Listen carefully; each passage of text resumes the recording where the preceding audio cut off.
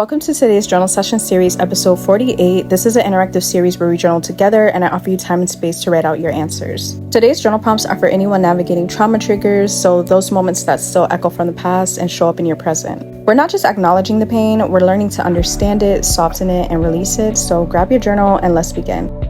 Question number 1, what situations, words, or behaviors tend to trigger you the most, and what are they really trying to protect you from? Pause the video or audio here to write your answer.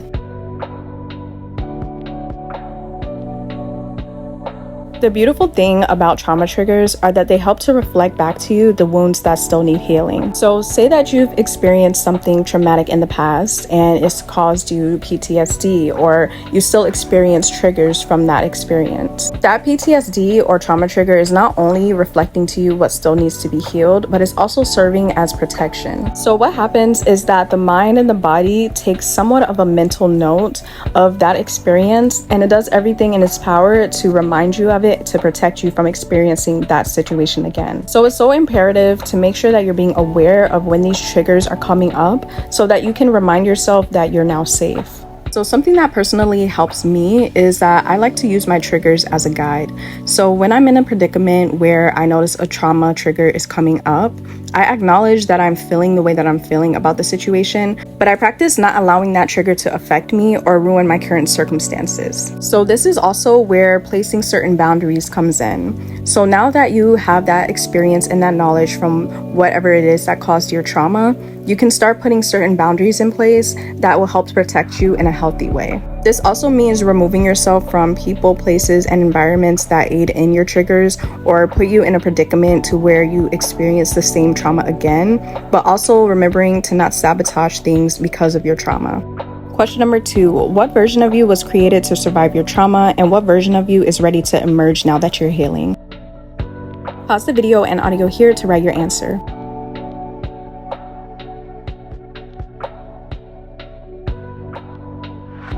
Now, this part of healing was the most fun for me because I was able to create a new identity and really step into the true version of myself. When you experience trauma, it does change you, and it's not always for the best. A lot of the time it is for the worse. So this is where you get to revamp and redefine who it is that you want to be. And most times when it comes to healing, it's really just about getting back to who you were before not only trauma, but conditioning from the world itself.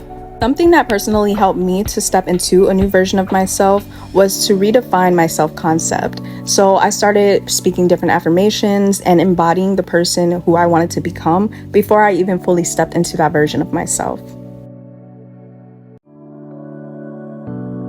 And because of the trauma that I had, it did cause me to have a very negative self-concept. And so I had to do a lot of rewiring of my own beliefs of who I am and start to think of myself in a more positive light, start loving myself, pouring into myself, and speaking life over myself. So don't put too much focus on the person that you've become due to your trauma, but focus on the person that you want to be. Question number 3, when you feel emotionally activated or triggered, what does your inner child need to hear in that moment? Pause the video or audio here to write your answer.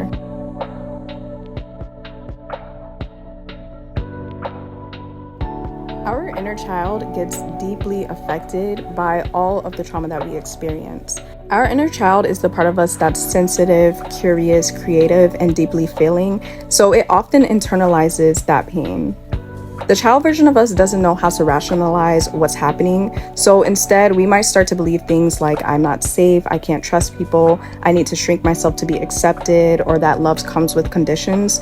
But as we grow up, these patterns and beliefs often become subconscious patterns or emotional triggers that cause us to react from a wounded place rather than a healed one. So a way that you can pour love into your inner child is by helping them to know that they're safe. So talk to them as if they're real. Whenever I experience a trigger, I try to tell myself that you are safe, you are loved, and it's okay.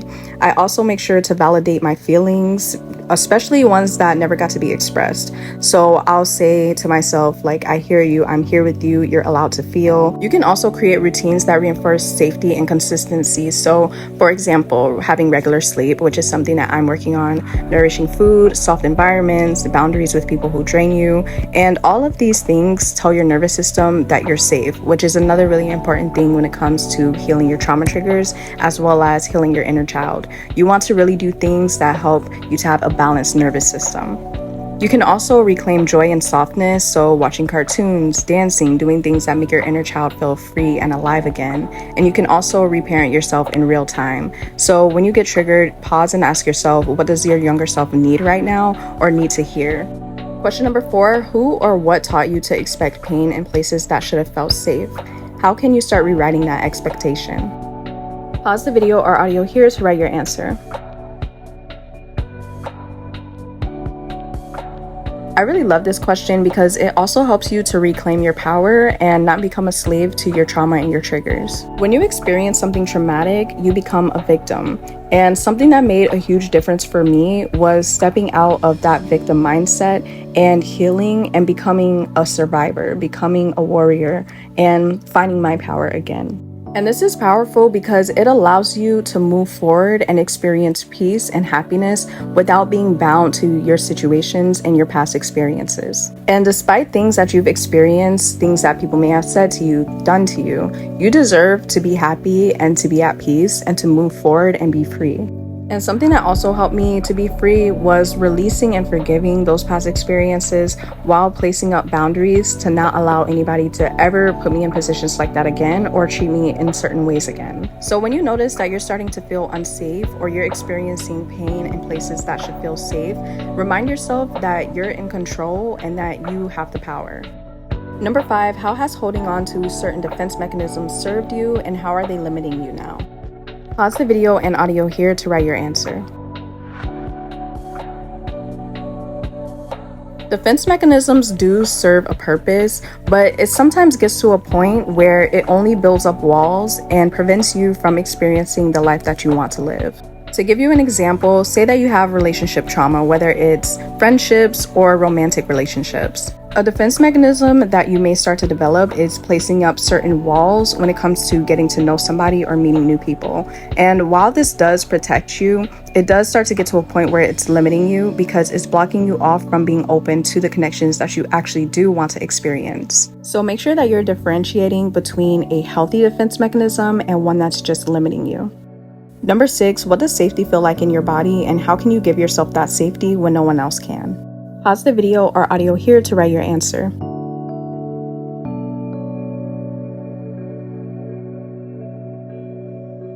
Your body is one of the number one indicators of when something is wrong, something is unsafe, or whether or not something is dangerous. So pay attention to when you're in environments or around people and you start feeling very anxious, you start feeling very nervous, you get butterflies in your stomach. Those are usually signs that your intuition is trying to warn you of something and you want to be very aware of that. When you feel calm, at peace, safe, and relaxed, that's an indicator that something is for you and that you're in a safe environment. This is why I also mentioned earlier that it's important to start implementing things that help you to have a balanced nervous system. So for me, it's mindfulness practices like meditation, breath work, yoga. All of these things help me to be at peace and at ease. And when you have a balanced and regulated nervous system, it's a lot easier to decipher when you are experiencing trauma triggers or when you're genuinely in a situation that you have to be aware of and is unsafe. Trauma does cause you to see things from a distorted view and it kind of blurs your mind in a way. So find ways that you can help to rebalance your nervous system and provide yourself that safety. Number 7, what boundaries do you need to set or enforce so that you can stop bleeding from wounds that you didn't cause? Pause the video and audio here to write your answer. Sometimes we can carry pain that wasn't ours to begin with, and it'll linger because we haven't yet set the boundary that says, this is where I end and you begin. So take a deep breath and just ask yourself gently, who or what are you still allowing to drain you?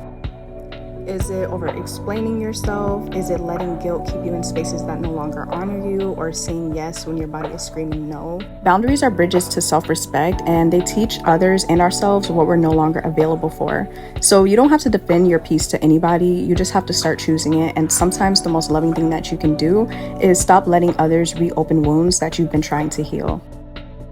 Question number 8, in what ways have you gaslit or silenced your own emotions just to maintain peace with others? Pause the video or audio here to write your answer.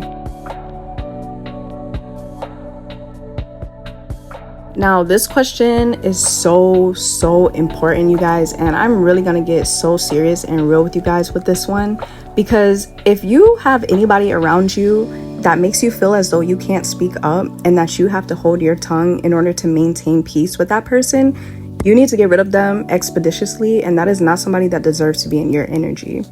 You should always be able to express yourself and how you feel about something, or set a boundary and a person respect that and not have a negative reaction to that. Always speak your truth and say how you feel, and don't ever silence yourself to make somebody else feel comfortable. And every time that you do stand up for yourself and speak up for yourself, you're also healing your inner child. And this especially goes out to my younger girls out there and the younger guys out there, because I've been in so many predicaments when I was younger where I didn't speak up for myself because I was scared of the reaction and I didn't have that courage, and because I wanted to keep the peace. And that's the worst thing that you can do, and that is something that honestly caused me the most trauma, and it also put me in traumatic situations. So make sure that you're always speaking your truth and standing up for yourself and not silencing yourself for anybody. I don't care how uncomfortable it makes somebody else. You do not need to make yourself uncomfortable to make somebody else comfortable. And if they have a problem with you expressing yourself or setting a boundary, then they can go. So that was the last question, and I do want to end this video by saying thank you so much for holding space with me today and being here for this journal session. I do hope that these prompts helped you to reflect, release, and reconnect with yourself. So remember that healing doesn't have to be rushed. You're allowed to take your time, and you're allowed to be soft. You're always worthy of peace. And yeah, I love you guys so much. I can't wait to see you guys in the next session. Like, comment, share, and subscribe. Peace out and much love. And remember to keep choosing you.